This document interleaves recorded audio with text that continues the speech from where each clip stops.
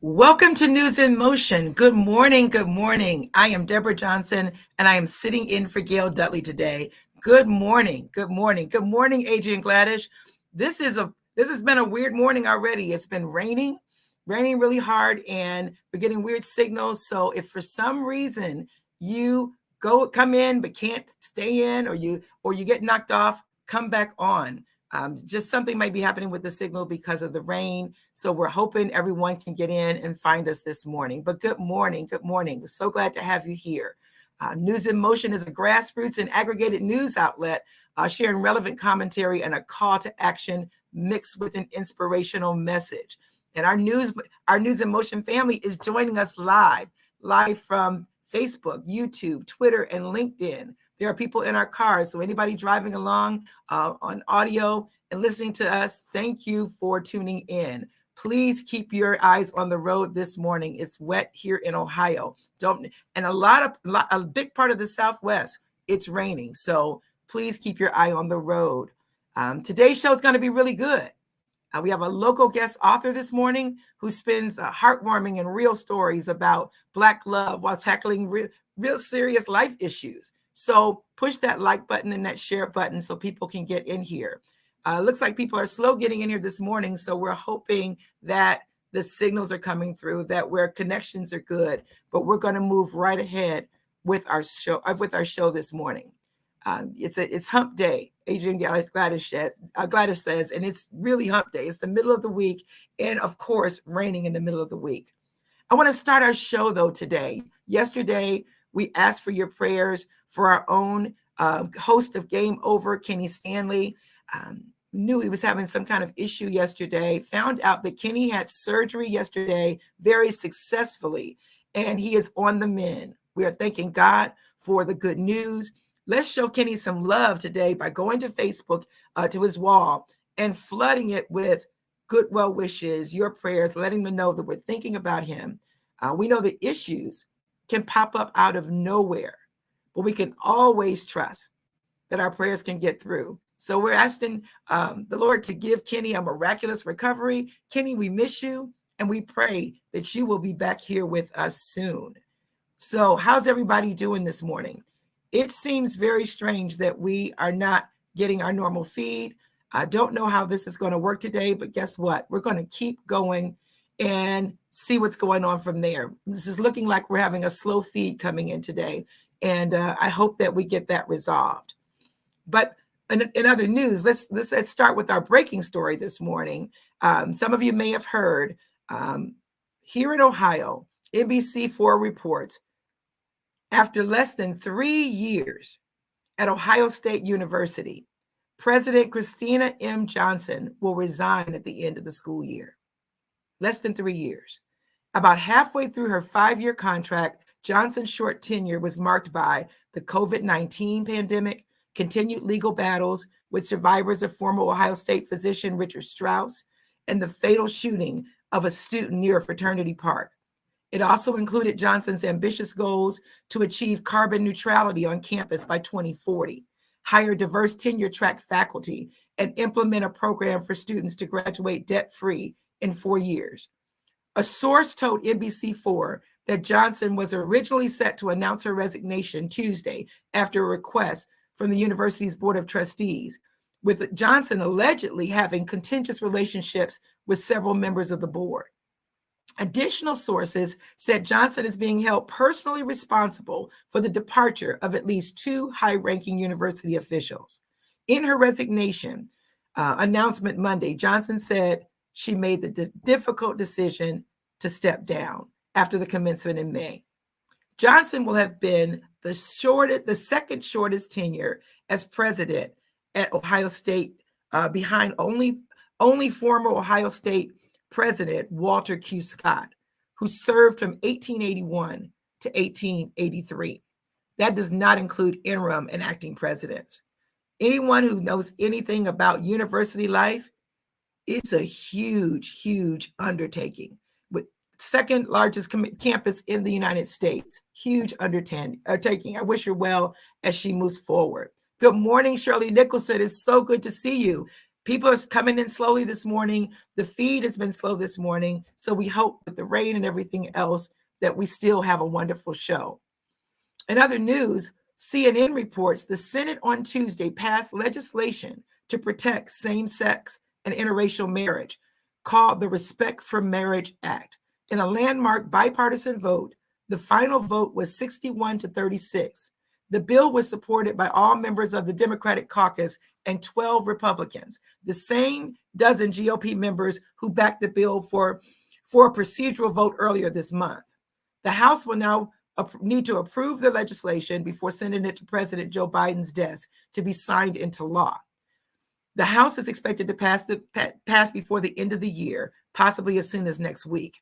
As you know, there's going to be a shift in power in the House come next year, and things are starting to get done. Good morning, Marianne Jackson. It's so good to see you this morning. It's good to see people coming in this morning. For those of you who are tuning in late, we just want to let you know our own Kenny Stanley is doing well. Had surgery yesterday and is now on the mend.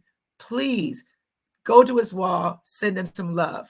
We miss Kenny this morning. We'll be missing him tomorrow, but we're just glad that he's doing well. Well, you know, he's at it again. Twitter will no longer stop users from spreading false information about COVID-19 virus or vaccines, according to an update on its content moderation policies. This is being reported by Politico. It's another major shift under new owner Elon Musk, who has pressed for free speech above all else on the platform. Twitter's COVID-19 misinformation page was updated with a note saying that as of November 23rd, the platform would no longer enforce its policies against spreading misleading information on the virus and vaccine. Wait a minute, did I read that right? The platform will no longer enforce its policies against the virus and vaccines, which has led to more than 11,000 account suspensions since 2020. That's kind of crazy, right? So misinformation is just going to be on the loose. Since its takeover, Musk has fired huge swaths of his company, including thousands of contract and full-time employees who are responsible for content moderation. At the same time, several top executives overseeing content moderation policies and enforcement, including Twitter's former head of trust and safety, Yoel Roth, have left the company. Well, let's just think about this, that there's no content, that the content's not going to be vetted. So people can just put things out there. Things like take bleach, it'll get rid of COVID. That seems really scary. It just seems like people's health could be in jeopardy. It's really, really crazy, and I'm sorry to hear that. I hear Marianne Jackson saying can't get in news and motion on Facebook. So we're hoping everything's going to be okay with that works out. But we're just so glad that you came in, that you got in the way you could get in. I'm glad to have you here. We've got a special guest today, and so we're glad to have folks in to be able to interact with us this morning. On a sad note, Clarence Gilliard, the actor best known for playing Theo, the computer hacker Theo in Die Hard, and Naval Flight Officer Marcus Sundown Williams in Top Gun, has died at the age of 66. His death was announced Monday in a statement from the UNLV, University of Nevada at Los Angeles, where he had been working as an associate professor in College of Fine Arts. The UNLV film chair, Heather Addison, remembered Gilliard as a beacon of light and a strength for everyone around UNLV. She added, whenever we asked him how he was, he would cheerfully declare he was blessed. I have watched the Die Hard series more times than I can even tell you. And so I'll remember him well. And my condolences go out to the family. Adrian Gladys, you're right. It's very, very dangerous for people to put out misinformation. Here at News in Motion, we work really hard to make sure the stories that go out are vetted. We don't want anyone to have dangerous information, misinformation, something that leads them astray. We'd rather not report something than to report something that's just not true. So we're really sorry to see that happening.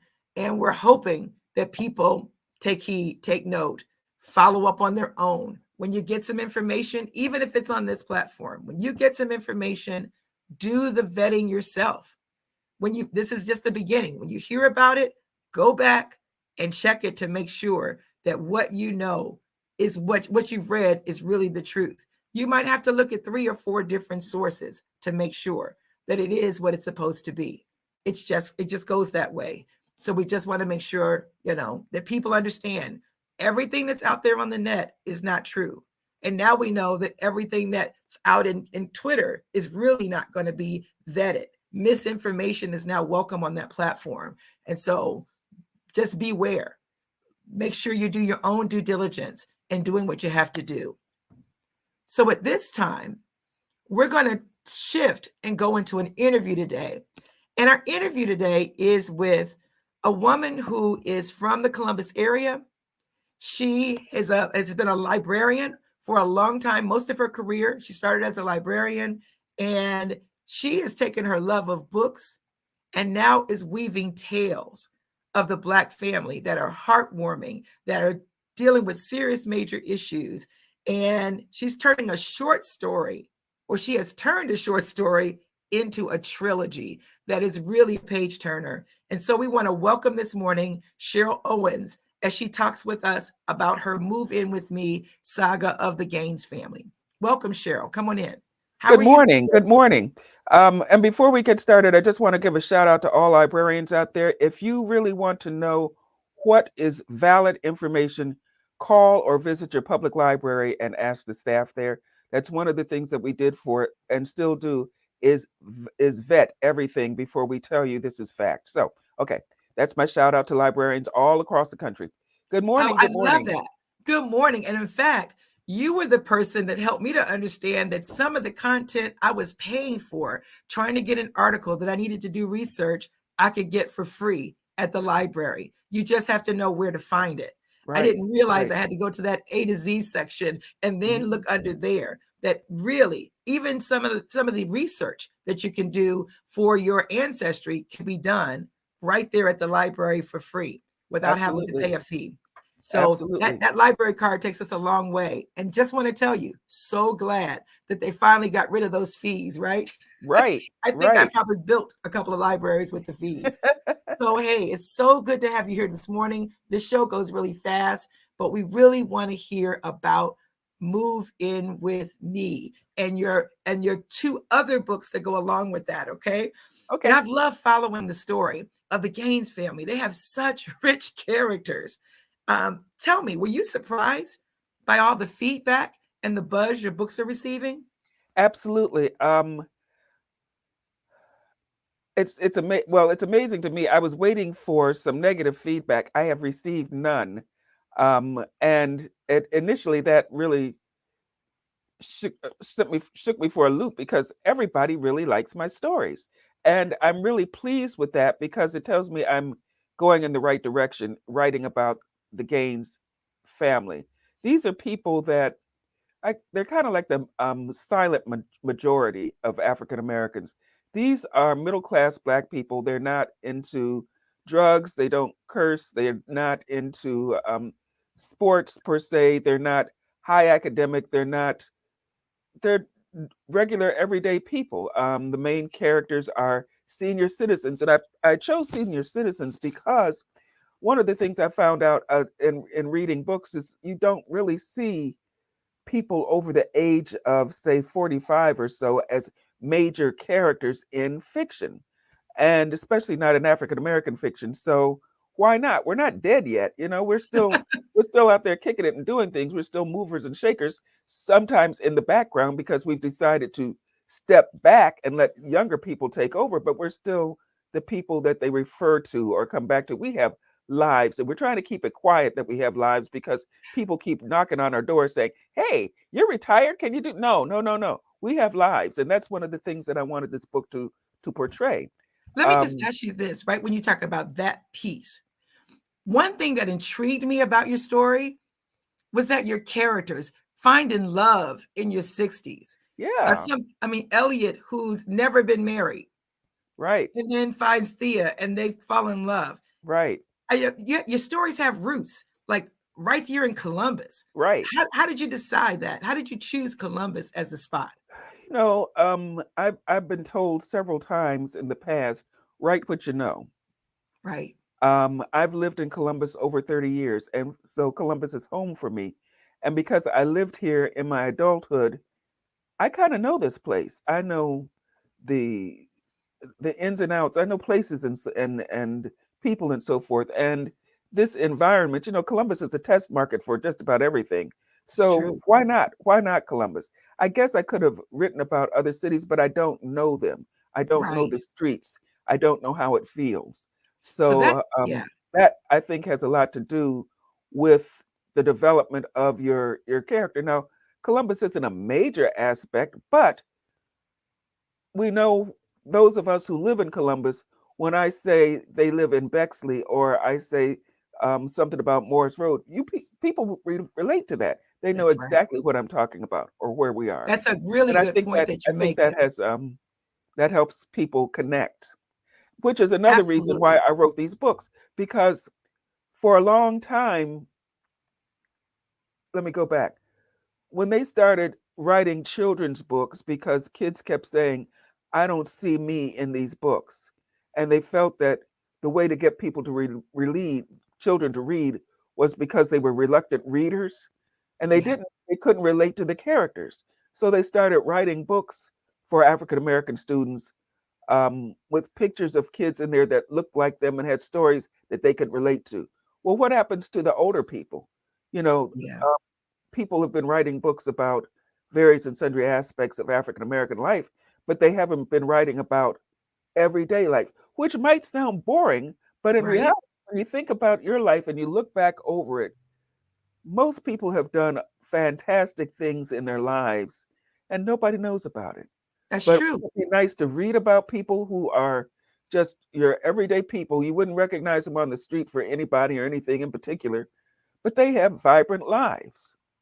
Well, let's talk about that vibrant life.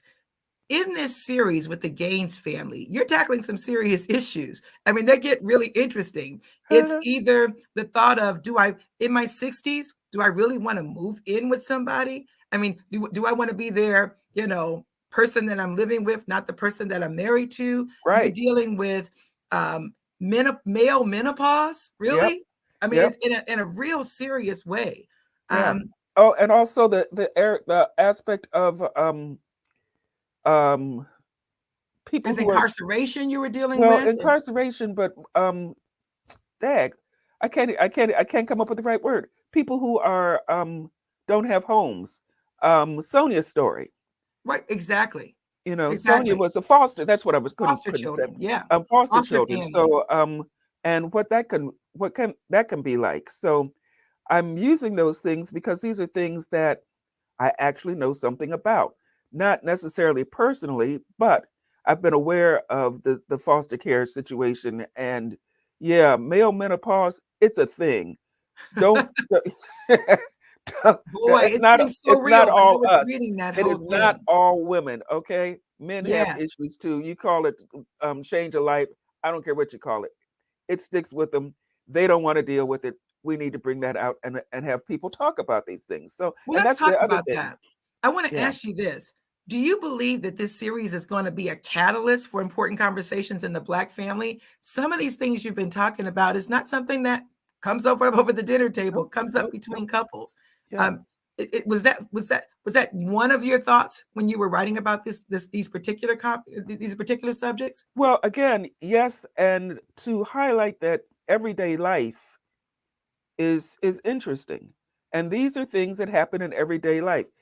If you live long enough, you're going to go through menopause if you're male or female. It's going to Yes. happen. And let's get that out there and talk about it and hopefully save a few marriages and a couple of lives. I mean, back in the day, back in the 40s and 50s, a lot of women wound up in mental institutions because people thought they were crazy going through menopause. So Right, I'm that's glad true. those days are over, but still there's still that stigma about it. So let's talk about it and let's eliminate the stigma. Let's talk about foster care.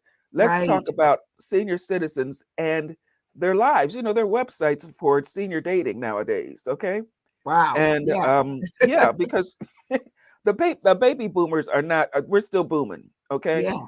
So since we're still booming and people die off and you want to have a relationship or you never had one before, now is the time. Now is the time to recreate yourself. Now is the time to live.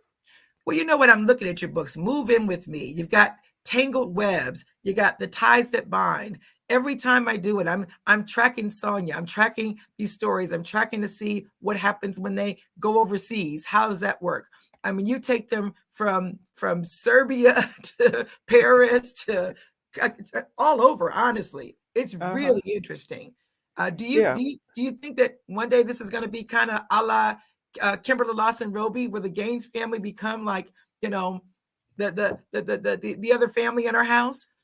Could be. I would that would be amazing. And I hope that our listeners today, our viewers today will be curious enough to pick these books up because we're not really telling you the story, but hopefully we're planting enough seeds for you to want to know who the Gaines are, what they're all about. When I wrote a Move In With Me, I have to say that Deb was a catalyst for me writing this book because I told her, I had this line that came to my mind that says, "Move in with me." And I started giving her the scenario. She said, "Oh, you got to write the book." I said, "I'm not writing a Oh book." yeah, yeah. It was way more than a short story. It needed to, Yeah, and you yep. took a short story and made it into a saga. We cannot wait to hear what's to come. If you haven't gotten a copy of any of these books, you need to start with Move In With Me. Move In With Me will captivate you from the very first lines. And you start to meet these really rich characters. How do people get a copy of your book if they want to read the series? All of my books are on Amazon, so you can find them there. Either search for my name, Cheryl Owens, with an Sheryl Owens, or just Amazon the title. Move in And if with me. people want to contact you directly, can they email you? Yes, they can. They can email me at owens.cheryl@gmail.com. They can catch me on LinkedIn. On Facebook. I'm in Columbus, so So on Facebook, you actually have a Move In With Me with me page. page, yes, Yes, on yes. Facebook, or That you has can all of your books. connect with me on as Cheryl Owens on Facebook. Either way, any way you want to, I'm available. I am also available for Zoom in book discussions. So if you want to read my books with a group and want me to chime in and be your leader through that, I would love to do that. So I appreciate you listening this morning and engaging in our conversation. Thank you so much. We look forward to seeing more from you. And I can't wait. I can't wait to the next one. I've already finished Ties That Bind. I want to know what's next. I can't, I love Paris. So I can't Yep. wait to see what Yep. happens when the whole I guess family I guess shows up that eventually way. I'll have to get them to Paris. They're en Yes. route right now, so they'll eventually land, and the adventure will continue. That's a wonderful thing. Thank you so much, Cheryl. We are so excited that you're here. We wish you well with the books, and we're looking forward to this story continuing. Thank you very much. All Thanks. righty. This has been some kind of morning, guys. We have not been able to have interaction on Facebook. And I didn't know when I put together the inspirational message that I was going to be speaking to myself as well. Isn't that just how it is sometimes? The inspirational message today is trust the process. I'm trying not to have anxiety over the fact that our News in Motion family that we see every single morning, Monday through Thursday, is not flooding our stream. But we have to trust the process this morning. I'm not sure. I don't know whether it's the rain. I don't know if there's a disconnect between our platform. Make sure that, if you talk to anyone else after this, that they'll go back and they'll see the replay, that we'll get it back out there and that it's linked up. And so later on today, we'll work on that and get that going. I'm just so glad that you were able, Mike Nicholson, to get in. Lori Williams Wallace, you were able to get in. We have to trust the process, right? Today is the last day of November. And some of us are coming into the home stretch of the year. I don't know about you, but sometimes that comes with anxiety. That comes with, I can't believe 30 days, there were only 30 days in November. Why wasn't there 31? Oh, goodness. Now, tomorrow is December. So when we hit tomorrow, we're thinking it's the last month of the year, the last month to get the things that we need to get done so we can say we got them done at the end of the year. All of a sudden, our blood pressure is up, our anxiety's ramped up. But I just want to encourage you that we have to trust the process. That's a simple message today. Trust that the seeds that you're sowing and you've been sowing all year are going to bear fruit. They're going to fall on good ground. Trust that still small voice that tells you it's enough.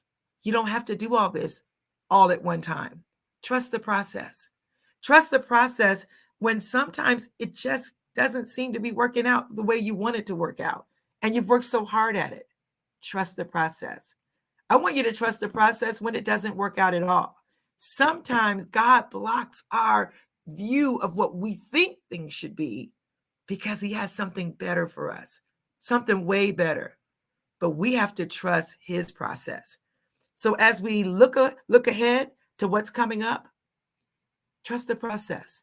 When issues crop up out of nowhere, when I talked to Kenny on Monday, when we all saw him reporting the show on Monday, Kenny was not thinking about surgery on Tuesday. Kenny was thinking about, I'll see you on Thursday. The last thing he said was, see you on Thursday morning. But guess what? God had something else in mind. But guess what? He's okay now.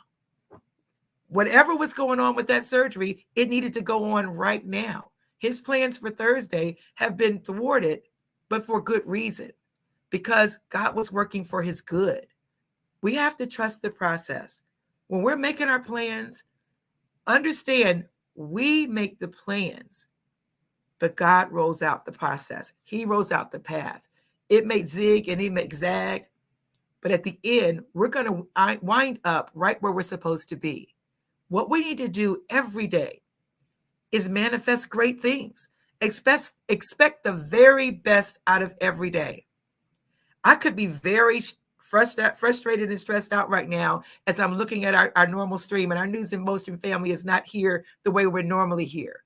I could spend time being diverted with that, or I could trust the process. I'm not sure what this is about. I don't know if it's the rain. I don't know if it's something else. What I do know is the people who got through on this feed this morning, this message was for you. Deuteronomy 31:8 says, the Lord himself goes before you and will be with you. He will never leave you nor forsake you. Do not be afraid. Do not be discouraged. Trust the process. Absolutely. God already knows our tomorrow. You're so right. God already knows, Kim Edmondson, our tomorrow. All we have to do is stay true to our own assignment, and things are going to work out well. This has been a shorter broadcast. It's been a meaningful broadcast. We're so excited for our guests coming on today.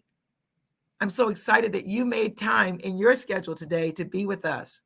And I want to encourage you, no matter what goes on, no matter what happens with the rain, if you see a detour, if you have to stop when you want to go, trust the process. Have a great week. See you tomorrow.